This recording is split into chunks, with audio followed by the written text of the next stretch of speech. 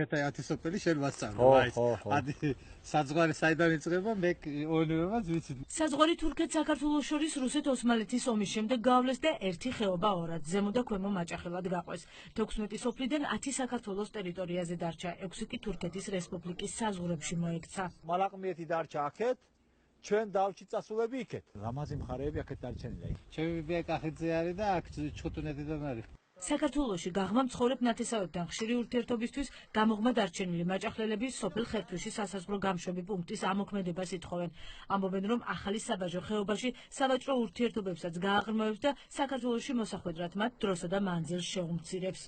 აქ რომენე გზა გაკეთდეს და შეიძლება საზღვარი რომენე იყოს, ყველაზე უკეთესი იქნება რომენე ბათუმიდან აქ ამოსვლა შეიძლება საათნახევარი, ხოფიდან რომენე შამიაროს, სარპიდან შამიაროს და 4 საათზე 5 საათზე ჩამოვიდა.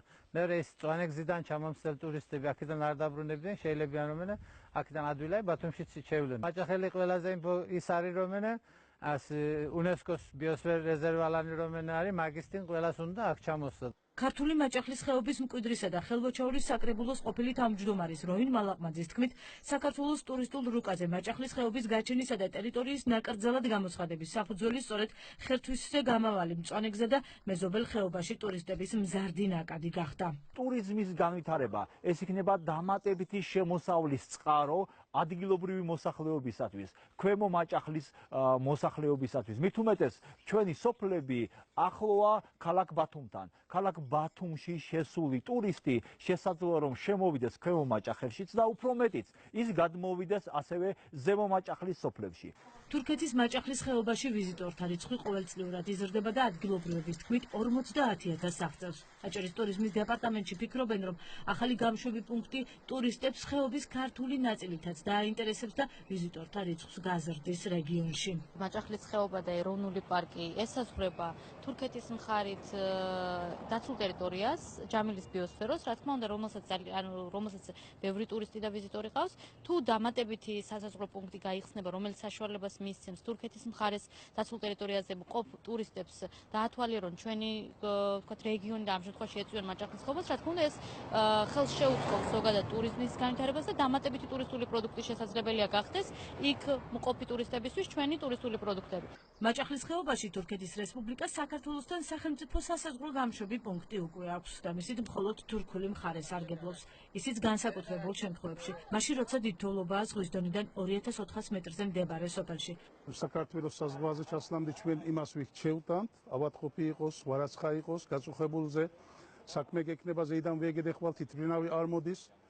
იმის წინ რომენე, აქედან რომენე გეისხნას ჩვენ ჩევალ საზღვარზე, იქიდანაც რას იტყვიან ქართულად პასუხ მოგცემენ, გევიარ ჩვენთან გაიქნება, ძალვან გაიქნება. 94 წელზე ჩვენ დიდ მთავარმა წიგნი გამოგვიგზავნა, იმ წიგნზე ტრაბზონის მთავარმა ბოლგეს ვებნევით ჩვენ, იმ ბოლგეს მთავარმას მე კომისიონში შემიყვანეს, საქართველოს ენა ვიცოდი, ენა რომ ვიცოდი შენ მოგვეკრანაო გითხრას, მე მაშინ თიფლისში ჩავყევით. შეიძლება ვაჭრობას იქნება, შეიძლება ტურისტმა გევდეს, გამოვდეს, გეაროს, გამიაროს, თერი შეიძლება. ძალიან გვინდა მაჭახელას ექსოფელ აქედან გავლა. თავრობამ ამ საქმეზე მოგხედოს ველოდებით. ქართული მხარის გადაწყვეტილებას ელოდება ბორჩხის მერი, რომელიც ეთნიკურად ქართველია. ამბობს, რომ სარფის გამშვები პუნქტი მათი ქალაქიდან მოშორებულია და ახალი საბაჟო ხეობიდან ხეობაში მიმოსვლას გაამარტივებს. ხელს შეუწყობს ასევე სავაჭრო ურთიერთობებს. სარფის სასაზღვრო გამშვები პუნქტი ხეობიდან მოშორებითაა. ჩვენი და ქართული სოფლები კი ერთმანეთთან ახლოს არის. გვინდა საზღვრის გახსნა მურათლი მარადიდის, რაც კიდევ უფრო დაგვაახლოვებს. შეიქმნა კომისია, რომელმაც იმუშავა.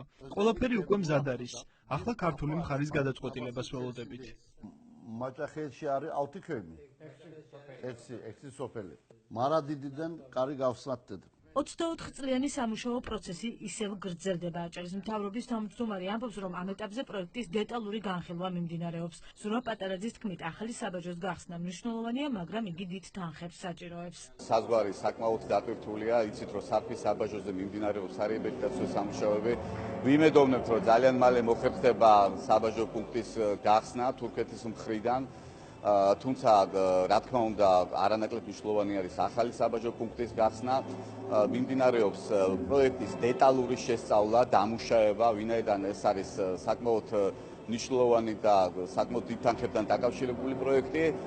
დარწმუნებული ვარ, რომ ძალიან მალე საბოლოო შეთანხმება მოხდება ყველა უწყებას შორის, იქნება საბოლოო იერსახე და ჩვენ მივიღებთ შესაბამის გადაწყვეტილებას. თურქეთს საქართველოს შორის მურათლი ჯამილის, ანუ მარადიდი ჩხუტუნეთის სასაზღვრო გამშვები პუნქტების პროექტები იმ მემორანდუმის საფუძველზე მომზადდა, რომელიც ქართულ და თურქულ მხარეებს შორის 2006 წელს გაფორმდა.